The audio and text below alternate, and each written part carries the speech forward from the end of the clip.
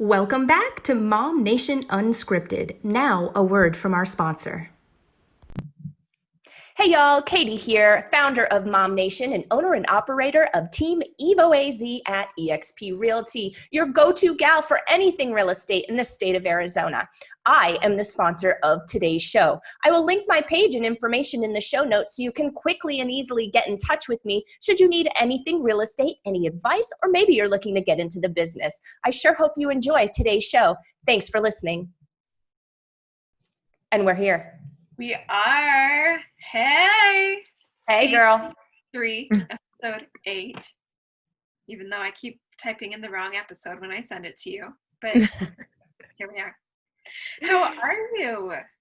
You know, I'm really doing great this week. So I am about 3 hours from going on a very small, very short family vacation.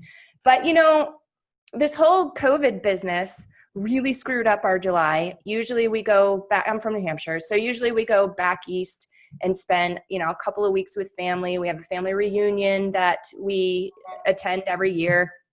And with COVID, it all just like didn't happen. And we didn't end up going on vacation or doing anything in place of it. So it's weird.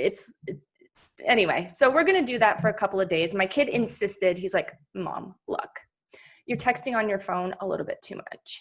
And yeah, he really did. He goes, this texting on your phone, you got to spend some time with me. Okay. And I'm like, okay. And your 6-year-old tells you it's time to stop working. Maybe you should listen. To stop working. Wowzers. Yay. Yeah. So we're headed to Flag and we're going to do Arizona and probably go see the canyon in just a couple of days. We're not going to be, not even a week. So nice. I always love getting away. You know, I just got back recently and I'm still like, oh, I just want to go back. I just want to go back to the cabin, just stay there, be away from all the people. You know how that goes. So yes. Well, I have a surprise for you. Oh, tell me. You may already know because I might have leaked it, but we bought a boat. Yes. So yes. Speaking of getaways, I don't know if you've explored the shores of Arizona, and there's many miles of shoreline to explore. Tempe Town Lake, and what else is there? Oh gosh, Lake Pleasant, which is my absolute favorite. Canyon Lake, Saguaro Lake. There's another one. I don't know. There's a bunch. Wow, interesting. Yeah. I went on a trip and we ended up going to the largest natural lake in Arizona. You couldn't see it. Is it a puddle? It was like a bunch of reeds like growing out of the ground a long ways. And so, yeah, anyway, I appreciate all of the work that people have put into putting fake lakes into Arizona, because otherwise that's what we would have. So yeah. I 100% agree. Thank you to whomever did that, because now the 4 of us have something to do. Since we can't do anything for the rest of 2020. So at least the Katie foreseeable future. Yes. Yeah. So say that. Oh. Anyway, so boat cures all. So be prepared to fish and to party and to be merry. But yeah, so that's what's going on with me. How was your week? It was fine. Getting ready to do school stuff with, you know, kids starting next week. And it's been a bit of a nightmare. But you got the text last night. It all worked out at the last minute. You know, after you have a big enough meltdown, everything starts to work out. So, yep. You know. Yeah, but my baby sister had her baby last week. Yes, congrats. Yeah, so I got to go doula her birth. And so then I've been doing belly binding for her since then. And she's been staying at my house because she's been in the process of moving out to East Arizona. And it's just, you know, she's staying here until she's recovered enough to go back. So, but yeah, so we have a newborn in the house and he is so cute. I can't handle it. And I'm a little baby hungry, but at the same time, I'm like, oh yeah, but I'm not really baby hungry. I'm just, You're like, I like your baby. I want to hold a baby hungry, and that's what I am. So, but I'm super excited for the guests that we have this week, though, because they're some of our favorites, Jeni and Cheri. So, Absolutely. Hi, ladies. Hello, happy to be here. how is preparing for school going for you guys? Not the greatest. Well, it was great, I should say. We went back to school shopping last week because we were still going to be attending in person. So the girls were so excited to pick out their clothes. They've already modeled them all and planned, this is my first day outfit. This is my second day outfit. And they have been so excited to go back to school and play with their friends and take their new supplies into school. And then we just got the notification about, I don't know, a half an hour ago, maybe, that we are moving to online. So a little shakeup in our plans. So I'm still processing it and adjusting. Have you shared it with them yet? I told them yesterday when it started leaking online on Facebook that that was what they were planning to do. So I kind of told them so that they would be prepared, because Ava's like, planning her outfits and everything. And it was just making me feel guilty that I knew. So she was actually excited because, she's my super antisocial one. And she's like, sweet, I don't want to talk to anyone anyways. But Ellie is a little disappointed because she's my social bug. She wants to go and play with friends and socialize. So she was sad. Yeah. My kids are also sad that they're not going in person. And honestly, it's just a matter of getting the house situated to where I can work full time at home and chase the toddler. And then Ariana and Peyton have their own separate areas, but I also have to be present to help them. So that's just difficult. And Cheri, how is that gonna go with having a little around as well?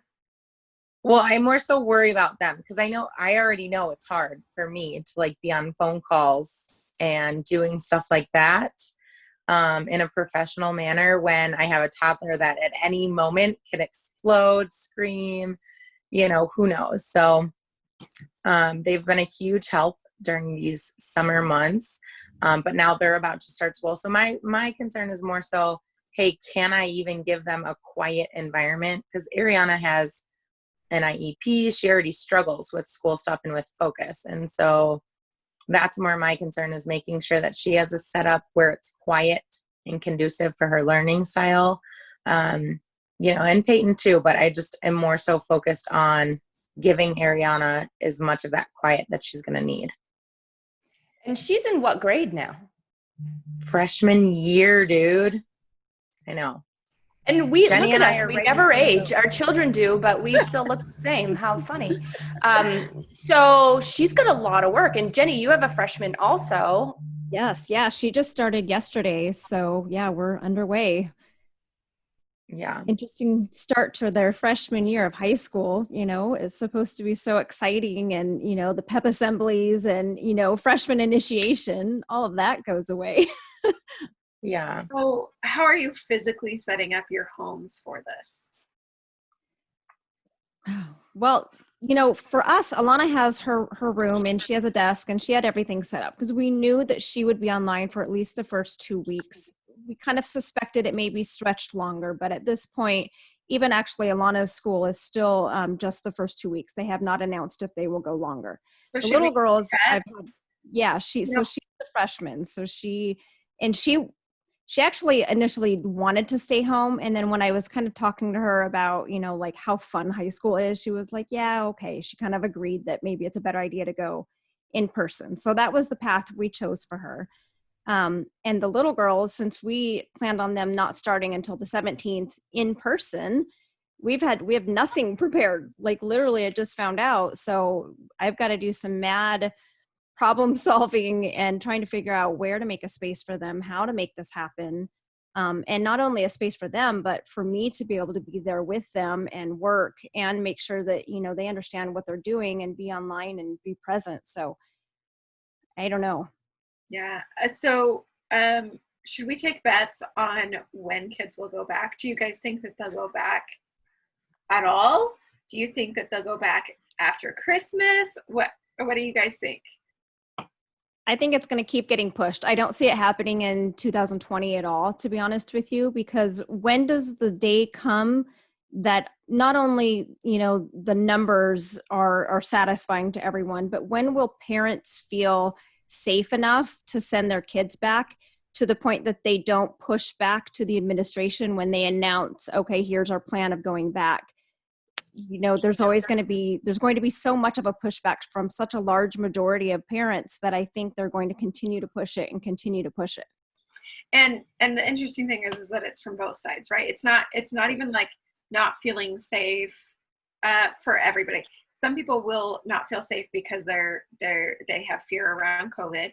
Then there's people who are going to have fear around sending their kids into a psychological warfare, is what it feels like, kind of a space. And can you expand on that just a little bit about what you mean by that? I don't mean to cut you off, but I'm interested in that train of thought. Yeah, so just developmentally, there's so much that's going on with kids, the whole range, but especially like the little kids. There's so much that's like, it is setting the foundation for the rest of their lives. And so, just like how intense the narrative is on Facebook, right? It's dangerous. You're a bad person if you don't wear a mask. You're a sheep if you do wear a mask. It doesn't matter what you do. There is a narrative that you're an idiot, right? And so these kids are going to go into classrooms and teachers are going to be wearing masks and face shields and there's protective gear and don't touch people and don't touch things and we have to sanitize this and this is dangerous, right? That constant, like 100 times a day, tiny little things that you might not notice, but that psychologically can just like dig away at this child's psyche. And so that's giant. Yeah, for me, that's such a great point that I hadn't really thought about. And I had tried to prepare them that returning to school will not look like it did pre-COVID. It won't look like it did. You're going to have lunch in your classrooms. We already knew that. I didn't know if they would even have recess, out on the playground. There's so many unknowns, but just that constant don't do this all day long. Imagine how that's going to wear on them throughout the entire day, every day, for months on end. I hadn't thought of that. Well, and just thinking about like how social media is wearing on us and we're not even out in it every day. Right. And imagining going into a school where this is the thing that we're talking about all day, every day, and every kid has a parent who has a strong opinion in one way or another. There's just think about like the things that you fought about with, kids when you were growing up, that their parents believed this, so they believed it, and your parents believed this, so you believed it. And the kind of fights that bred just in our day. Yeah. And it's going to be amplified so much because of how intense everybody feels about this in one way or another. Yeah. And something that Beth said about just on the psyche, how it can wear down. Our kids are all in different age ranges, but it definitely can impact their ability to be confident in their own decision making, right? Like whether it's their parents' beliefs that are passed down or just something that they're doing. If they're at school constantly being told, no, or you're not doing this right, or you have to do this, it could really kill a kid's confidence and their ability to think for themselves or want to make decisions. Because if I'm being told I'm always wrong, then heck, I'm done. I'm not going to, if it's that constant, no, or do this, you're doing it wrong, or it's just troublesome. It's to another level. It's beyond you're wrong. It's you're bad. Yeah. Right? Yeah. And that narrative or of dirty. You're bad. Yes, exactly. And I know so many women that I've talked to, like we go through so much therapy to deal with that message. And so that's why we've chosen to do what we've done with our kids. So my son is special needs. And so we're still waiting to hear on the school district as far as, so Governor Ducey did say that special needs kids need to be in school. And thank goodness, because home is not a safe space day in and day out. They're not getting services. They're not getting help. There's a million things that aren't happening for special needs kids. And so I'm really grateful that we're looking at him being able to go. For him, since he's autistic, he won't wear a mask. He just literally won't. And so just knowing all of those things, it's fortunate for that. But my daughter, we're doing Prenda at home. And so I was working on getting a full class of 10, but we've gotten back down to 8. And I'm actually just like, oh, I think we're going to just stay there. I like all of these families. I know that they're on the same page as I am with how they feel about COVID. And so I'm not going to have to watch my tongue. Right. And their parents feel very much the same way that I do about school, about 100 different things when it comes to the state of the world right now. And so I'm really grateful that that's the case, because I just think that these kids are going through so much right now. They're going through so much, and adding that level of disagreement about everything. I think that the best thing that I can do for my daughter is have her home and not dealing with that inner conflict constantly. But that's my right to say. I'll shut up. No, I love that idea, just in terms of making me think, right? Because I hadn't, like I think Cheri said, and even Jeni said, like it hadn't dawned on us that is a thing now that we have to think about and worry about. And, we had a couple of shows ago, we had a Montessori school on, and we were talking about how Montessori is a little bit different. And you guys know, my son was in Montessori for the first couple of years of preschool, pre-K, that kind of thing. And what I loved about the principal and the teachers there is they would even in a very nice way kind of coach me too, and say, instead of saying don't run, say walk, because it's just easier to process the positive than to think like the negative is distracting. And so I can imagine being told, no, don't, that overwhelms me and gives me anxiety. Never mind a 6-year-old, 7-year-old that's developing, and that's developing their personality and developing their social circle. And there's just so much stuff that's being developed at that point in time that that's huge, Beth. Yeah.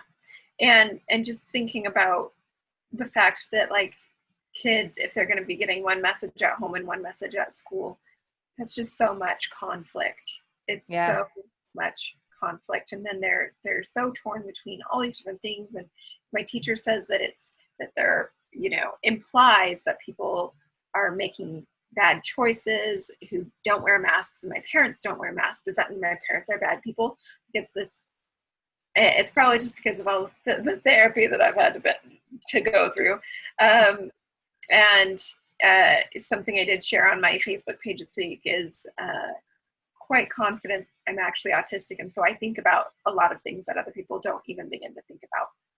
And that's why, like, when this all happened, bam, I was like, okay, what's the psychology of like all of these different people around this, and how is that going to create, an environment for a certain psychology for my children? Just tons of things like that. And, I asked the public school near me, I had asked them, I was like, how are you going to deal with the fact that some teachers might be super afraid of this, and then they're going to be talking to kids like they should be afraid? And they said, oh, we're just going to make sure that we don't have an environment of fear. And I just don't know how you actually create that. I just don't know how you create that. When you don't have control over a huge portion of where they spend their time. Yep. How are you going to do that? Yep, absolutely. And that one teacher is going to feel one way and one teacher is going to feel another way. This isn't right. It's funny because people are talking about this like it's a left versus right thing, and it's not. There are There are diehard Republicans who are pro-mask. There are diehard Republicans who are anti-mask. There are, diehard Democrats that are pro or anti-mask. Like it is not split by parties as much as media is suggesting that it is. You never know. You never know until you have conversations, like real open conversations with people. Lots of people are just keeping how they really feel, like under their caps. So anyway. Yeah, because they're probably scared to say a word. Mm-hmm. And then get judged by everyone else on their Facebook or whatever other social media platform there are. Just from being human. Yeah, Right. Just from having human questions and human responses and human feelings. Or for having opinions. Yeah, exactly. Human ones. We're all human here. And something, Beth, that you said that I think rings super true, and not a lot of people think about it because maybe they haven't been affected by it or they don't know anyone in the situation, is there's a whole lot of reasons why people don't walk around wearing masks. And, it doesn't necessarily mean because they want to put other people in danger. But like you said, Jack won't even do it. Like, it's not a thing. And people just say, oh, well, you need to work with him. You need to help him. Oh, get it in a design that he like. Oh, guys, like grow that up. Grow up. Like if you think that I have not thought of that, you are, I could swear at you for like 35 minutes straight. Also, what harm are you doing by forcing a child to do something that they're not wanting to or needing to? Like, that's psychological damage as well. That's going to last with them forever. Like Peyton has asthma.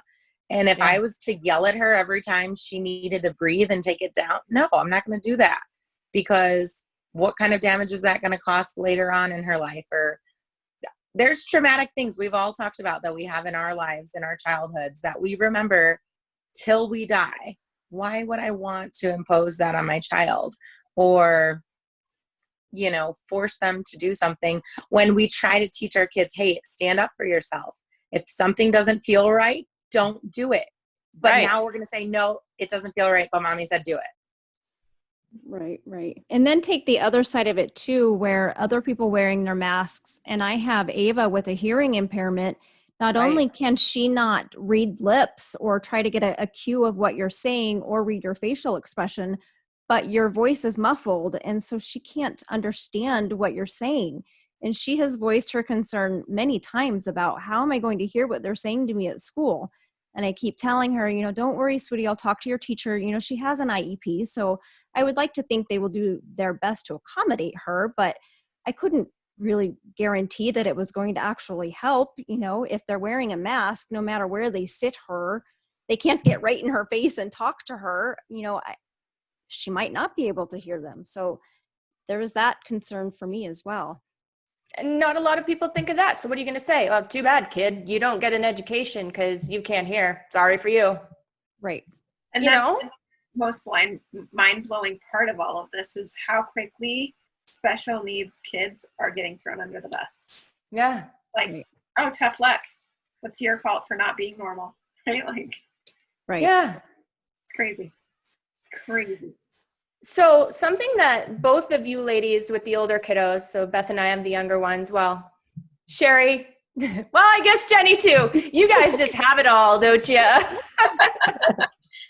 But with having the older kids, especially the ones that are just entering freshman year, Jeni, you said something that, again, having a 6-year-old, I didn't even think of.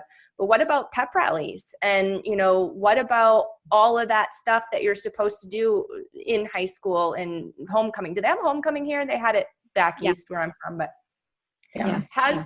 have you heard anything? I mean, I know we're in the same district, but I don't have a freshman. Have you heard anything about what the school's going to do to kind of compensate for that and at least give them somewhat of a real freshman year? I have not. From what I heard, it sounded like they were still planning to have their pep assemblies and whatnot. In fact, the principal in the freshman orientation, the principal sent a little message and said, to kind of psych up the freshmen, was saying, you guys have to be ready to win that spirit award. You remember how there was always a class competition of who's the loudest. And so she was kind of pepping the kids up and saying, get ready for that. So that leaves me with the thought that they do intend to still have pep assemblies, but I'm curious what that will look like, because I can't imagine it would be the same as they were previously. And you have masks on, but you're supposed to be yelling and cheering. So I can't really envision how that works. So I don't know. And while they're home, who knows? I would like to think they'll try and do something to make it fun and get the kids involved, but I haven't seen what that will look like yet. That's Oh, you hard. sure? Yeah, you just think like, how do you have pajama day when he's at home, right? Right. Always Every day is pajama day. day. Right? Business on the top, party on the bottom. Here we go. Exactly. So Katie, you haven't told us what you're doing. Yeah.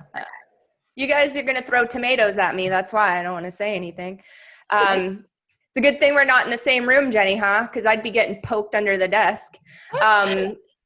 I have that amazing husband that really stepped up to the plate, and that amazing husband of mine is taking care of all of this. So he's been in touch with Kyrene, and of course we were doing flex to begin with before Kyrene said, hey, everybody's staying home. We were going to do flex anyway because my son actually does have a situation. He has a birth defect. He was born with only one kidney. So he has a singular kidney. You didn't know that? No. Yeah. So my baby only was born with one kidney. It's a little larger than a normal kidney for a kid his size or his age, because it has to compensate, right? Is what the doctors told me. But he's got nothing on the other side. No plumbing, no remnants. It just never sprouted. And we knew it in utero. So we were prepared for it. But I worry a little bit about it because of his body, processing things and having to, when he is sick, does it put extra stress on the one kidney? Like I'm kind of a little bit sensitive about that. And let's face it, I'm a first-time mom. Even though he's 6, it's still my first time having a kid. And so I'm still that mom that's like, oh, let me blow your bubble up this morning. It's deflated a little bit. You know what I mean? So he's constantly in a bubble, and it just is what it is. I've stopped guilting myself for it on either side. We have a great relationship and things are going well. So I have my worries. And so we were remaining flex until further notice, but then now everybody is basically home. We've got a little setup. My husband has a schedule. Of course, he's only first grade, which totally sucks. So it's me, right? Am I being selfish? He probably doesn't, he's none the wiser. But I don't get my first, this is it. Like my first grader, his first day of actual school, when it's not kindergarten anymore, folks, you know what I mean? This is the real deal. And we don't have the back to school photo. And it's kind of sad for me, for us. He doesn't really care. But my husband has a schedule, and he's got his little computer down there, and hey, we're just going to make it work. So that's me. Don't throw tomatoes, everybody. So I'm curious, what kind of computers do you all have? Do you guys get school given computers, or do you have your own? And have you even heard which are the best to have? Because now I need to go get 2 laptops or tablets or something for my kiddos, and I have no idea what to look for. Plus, there's a shortage of them right now because of Yes, exactly. Seriously. Oh no. Yeah. So with Prenda, they gave us a list of Chromebooks that they recommended. And so, they will refund up to $300 per Chromebook. And so I ordered some straight from Samsung, and I don't even know what they are, but they're some kind of Chromebook. That's recommended. Good to hear, because that's actually what I was looking at, was a Samsung one, and they actually had them on sale at Costco, and I was like, well, I don't want to buy them if I don't need them, so I think I'll hold off a little bit. And then last night, as soon as I started hearing the rumor that Kyrene was switching to online, we went to buy them and they were sold out, and I had just looked at them earlier in the day and they were still available, so kicking myself pretty hard. But I was curious about the Samsung, if those were good Chromebooks to get. And yeah, they look really great. I was able to get 10 at once. So nice. Wow. One thing I would add, just because I've worked in higher education for 10 years, just be careful with certain Chromebooks. That's why I'm glad Beth got a list of ones. So one thing that I usually tell my students about that with going to school online, some of them don't allow you to download programs or like Microsoft Word, Excel, PowerPoint. And I know for like my kids, their school uses Google everything. So that might not be an issue for you, right? But I've talked to like my sister mom, Ariana's stepmom, and their school's not allowing Chromebooks as an option. And I don't know, we talked about that. I was like, I don't know if that's the reason. But a lot of them, they just don't have the space to like download Microsoft Office, right? So just kind of be aware of that before you go spending money. That's all I would say. Yeah, or ask the district because, you know, I know Gina was looking at the Chromebooks and then luckily they found out that there was a list of do not buy these and that was on there. Oh, wow. But there are certain Chromebooks that do have the space. So it's just a matter of what you get, you know? Well, and with Prenda, they're doing all of the classes. They're doing all of these games and programs and whatnot online. So there's like, and they're also kindergarten through second grade in my age. And so it's just, I mean, what are they going to download? They're not going to download anything. So Yeah. they're just using it for learning platforms. So yeah, that's definitely a really good point. Well, and then for like older kids, right? So like our freshmen, I talked to Ariana and I was like, okay, well, last year she used my computer, like my school computer, but it's a huge laptop. I think it's like 18 inches or 15. I don't know. It's giant and it's really heavy because it's so big and it's not necessarily easy to tote around for a laptop. So I told her I'll look at different laptops for her to actually have one, but because she's a freshman, I also want to get her something that's quality that'll last her all of high school then, because we don't know how long this is going to last. And either way, I know she's going to have to write papers and she's going to have to do this and that. So I might as well just invest something that's going to last and work for her for all of high school. Yeah, that's a good point. So go ahead, Beth. Well, I was You just were going to first. make that point of we don't know how long this is going to last. That's Right. oh, Right. I mean, you got to do what you got to do. And I don't want to say it would be a super bummer because I think there'd be lots of happiness about it. But what if they're like, oh, okay, just kidding, kids are coming back. And you guys just all loaded up on new laptops. And oh. Exactly. That's why I held off because I'm like, I don't want these. Like, my 6 and 8-year-old do not need laptops. And I don't want to invest a bunch of money for them to have this technology that I don't really want them on at this age. So I don't want it unless I really need it. And then I find out within minutes, oh, I need them. And now they're gone.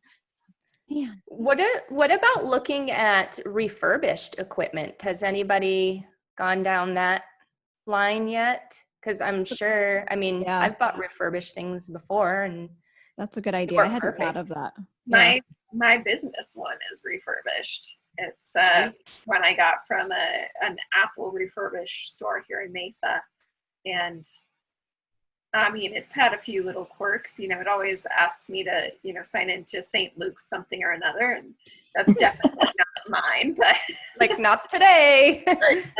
no, we're not doing that. So, but overall, it's, I mean, for the fact that I got, you know, a MacBook Air for $600 or whatever, instead of whatever I would have really paid for it.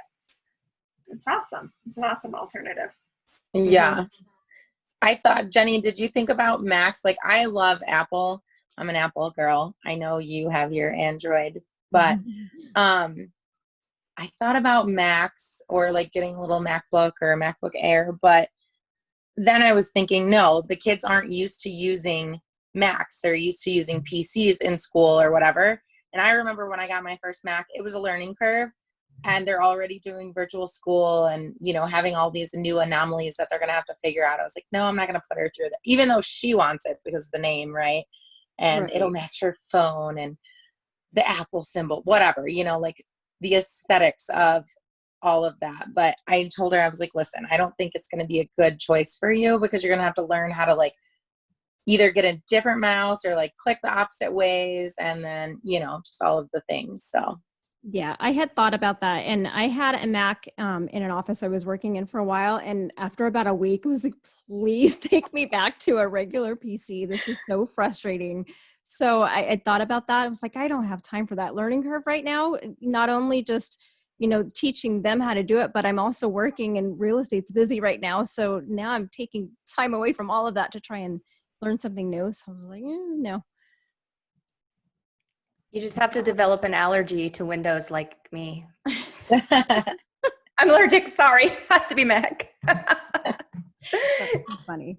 Just kidding. Okay, so I'm curious, speaking of like working and having your kids home, how are you guys making time for this? Because we all work, and we all work from home, and we all have our kiddos now. So how are you planning to manage that? Want me to go first? Yeah. Okay. So I do have Matt. We all know that. He does the majority of the bulk of it. But that doesn't mean that my kid's not in my office 50 times a day. That doesn't mean that I'm still not mom.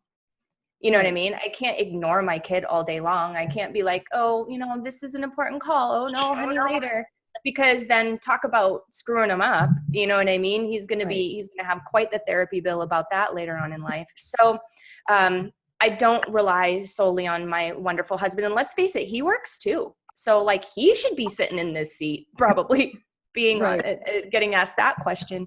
But I've listened to a couple of different podcasts about it, and scheduling is really, really important to us. So we schedule a certain time to a certain time is learning, and you're not up in mom's office and you're at the computer, you're doing your thing, or whatever the task may be, a project or whatever it is, because remember, he's still little.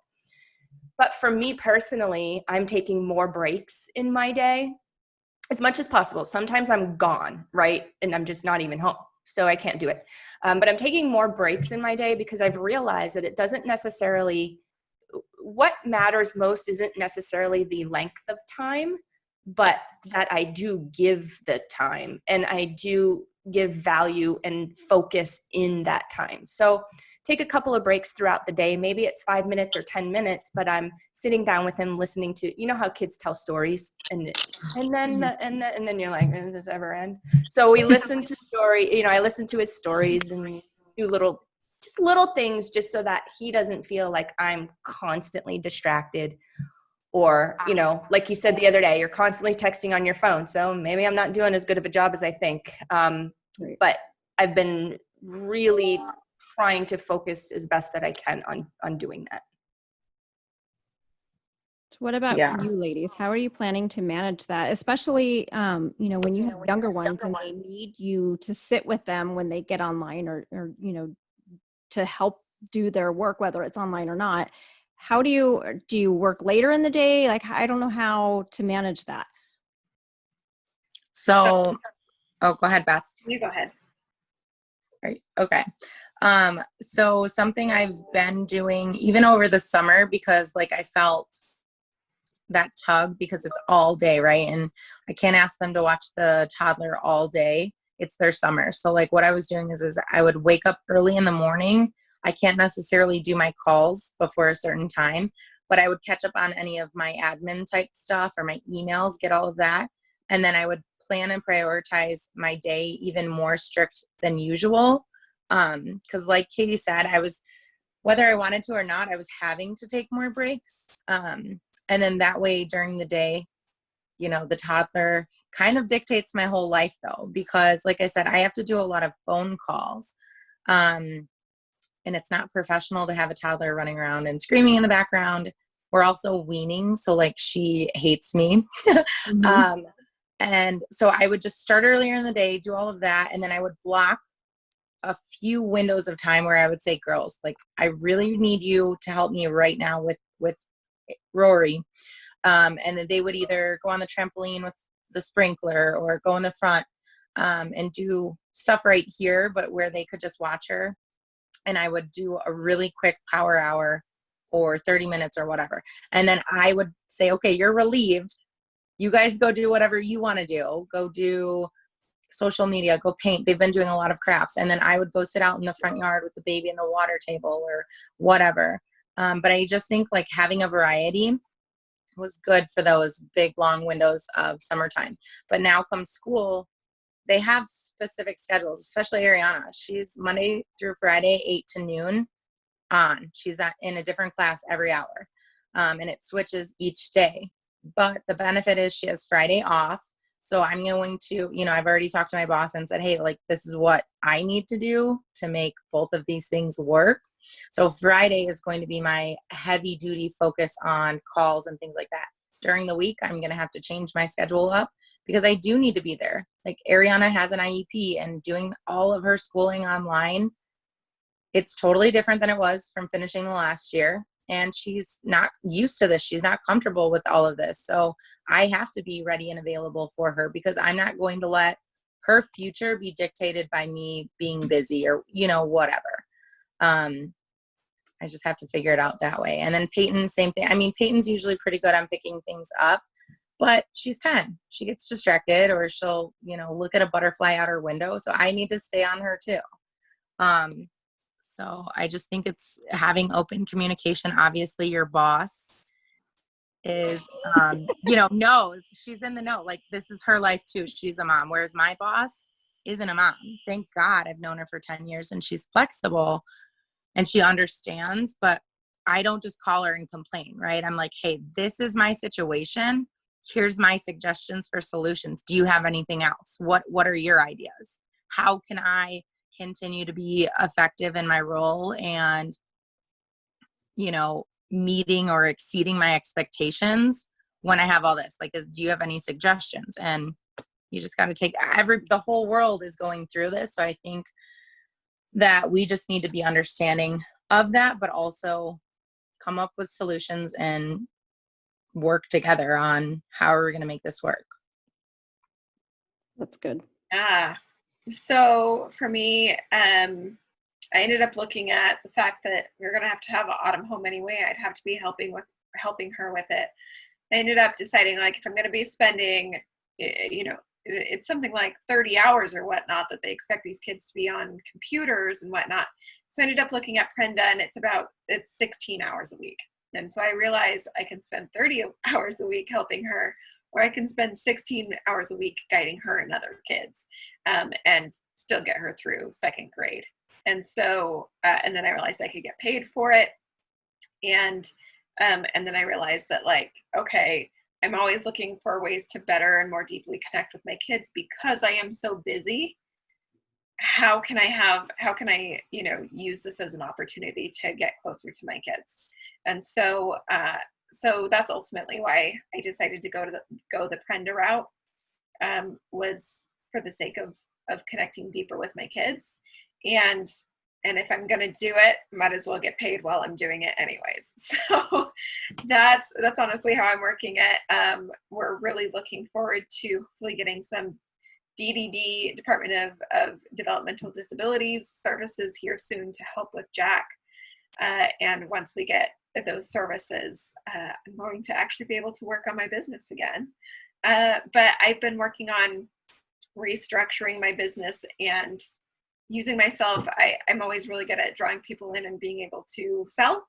And so I'm going to continue doing that. But I have coaches that I'm like training as apprentices right now, that they're going to take clients on under my brand and use my concepts and whatnot, so that my company can still grow, my company can still bring in money, and people that I think are brilliant geniuses are going to be able to make money as well. And I'm moving towards launching and working as an agency starting in November, but I'm getting the right people in place. So all I have to do is show up online and draw in the clients, right? Whereas I'll have somebody else that's actually running the business, actually managing the products, the projects, and all of those things this next time around. So it's been a case of necessity is the mother of invention, and having to remodel my business completely. And I've just been working so hard for so many months to get services for Jack, and really hope in the next few weeks we start to get them. That's gonna be the game changer. And if they really do let special needs kids go to school, that's going to be just life changing for us. So just being able to get some help. Something that you said really strikes me as giant. I think we've talked about this a couple of times on the show before, looking at the silver lining of the situation. Like the silver lining of the situation is, yeah, we have this opportunity now to get closer with our kids. That's pretty cool. Yeah, there's additional frustrations, I'm sure. I'm dodging the tomatoes, Jeni. There are frustrations, I'm sure, but what an opportunity, if you really look at it in a black and white way like that. And then what an opportunity, Beth, for us to be sort of forced to make enhancements in our business life. And, on the team, Jeni can attest, we've made a ton of new advancements and have done a ton of new things just to get around not being able to do it like we used to anymore. And that's really cool because it adds that additional element of growth. And now I feel empowered because I had a challenge put before me, and we all know that I love that. So I had some personal growth there as well. Does that grab anybody else? Well, and it makes me, so my husband and I, we've been talking a lot about how it's like we've had the technology to not have to work in person for years now. We've had the technology to do so many things that we haven't been leaning on the technology to do yet. And this whole thing has forced us to start to use technology the way that it's capable of, instead of just, oh, well, this is just the way it's done. It's forcing growth. It's forcing evolution. It's forcing us to actually use technology the way that we could have been doing this whole time. How many of us would have been so much more happy? How many women have I worked with who the whole reason they're building a business is so that their husband can come home? Well, now my husband's home. My husband is home every day, right?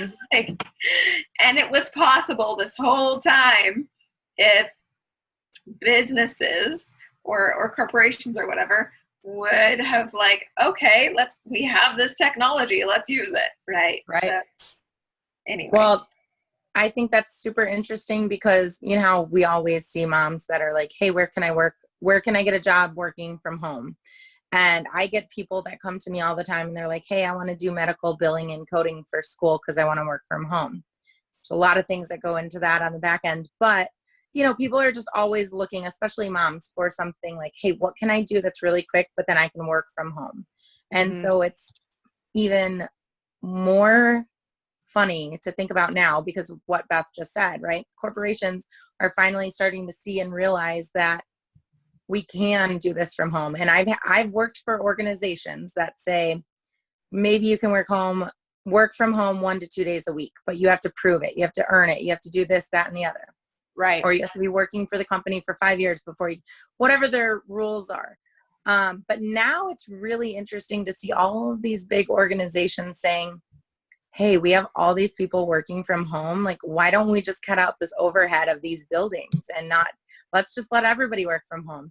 Before it was a challenge, like we had to beg you. And now you're like, let's not go back to work anymore because they're making so much more money letting people work from home, and people are having to perform because this is their only option. We're blessed. We're lucky to have jobs. And, even though there's stress and your baby's crying and whatever, I still have a paycheck and I'm super happy about that. So I'm going to do whatever it takes to make that work. And I think that employees are a little bit more conscious about being effective in their roles and meeting their expectations at home because not a lot of other places are hiring. So if you get fired, then you're out, But I just think it's interesting that, not only are we pushing technology and using it for things that we haven't gone to in the past that we could have been, but I think that this is also going to make a lifelong change for things that we could have been doing online that we weren't, that we now are, that will become a more social norm. so to I say. like that spin on that because you think about the doors that are opening up for so many moms that can't go into an office and work that now can finally get that job that they've been looking for. Right. Hopefully, as I can understand there maybe not being a lot of hiring right now, but down the road, as business picks up for so many companies and they hire and realize, wait, we can do this from home. Doors open for so many moms. I like that spin on it. Yeah, and then you think about the fact that construction companies that build buildings for businesses, they're going to have a drop in business. However, you start to think about the fact that people are going to actually pour more money into their homes now. Right. Because, yes. Like pools. We have to be there all the time. So I'm wondering, this is just like my thought for future. Like I'm wondering, okay, all these malls and, all of these big buildings that used to have thousands and thousands of offices, are they going to become residential? I don't know. They may have to. That's an interesting thought. It'll be fascinating to see what comes of all of this. Mm-hmm. Yeah, I agree. I'll live at the mall. It's huge. Hey, we can have our commune where we all live together in our mall. We each have a store that we live in. Hilarious. MOMmune mansion. Ooh, great segue. Think of that. Yeah, that was a good one. So, Beth, What do we want people to do? here's what we want them to do. So, whatever platform that is your favorite listening platform for these podcasts, please like, review, download, subscribe, all of that good stuff, because that just helps us get this information out to more mamas. The more mamas that we get it out to, the more opportunity that we have to create our big giant dream.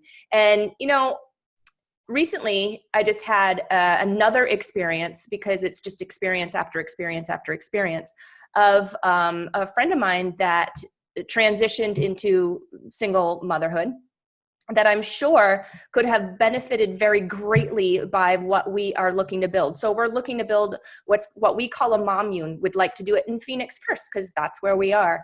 And basically that's a resource. It's a resource for any mom that is transitioning into becoming a single mom. Doesn't matter what the reason is. The important part is that she's transitioning, and it's probably scary, and there's a lot of moving parts, and there's a lot of pieces that she needs to put together and still be mom and dad and still homeschool and all of this stuff, that's going on in the world, because that stuff doesn't go away based on your personal situation. And so our vision is that this MOMmune will offer assistance. So it's not a hand out, but a hand up, which is what Beth likes to call it. And I love that, because we're talking, potential residents for a limited time period, just to help her get up on her feet. We're talking about mental health resources. We're talking about, maybe helping her get her resume together and getting some interviewing skills so that she can land that job, so that she can feel like, she's contributing to her family. Lots of things we're looking to wrap up into this in terms of resources, but the biggest thing is that we can't do it alone, and we need all of you to help us out. Yes, you have that whole thing so down. I am so impressed right now. Thanks. It's Jenny's turn next, so get practicing. Start listening to some episodes, Jeni. I will. All right, ladies. Well, it's always wonderful seeing all three of you, and best of luck with this week and next week. I know, depending on what school you're in, your child has already started or is just about to start. So best of luck in all of that, ladies. And to all of you mamas out there, best of luck. We're all in this together, and we totally get it, don't we? Yes, we do. All right. Bye, ladies. Bye. Bye.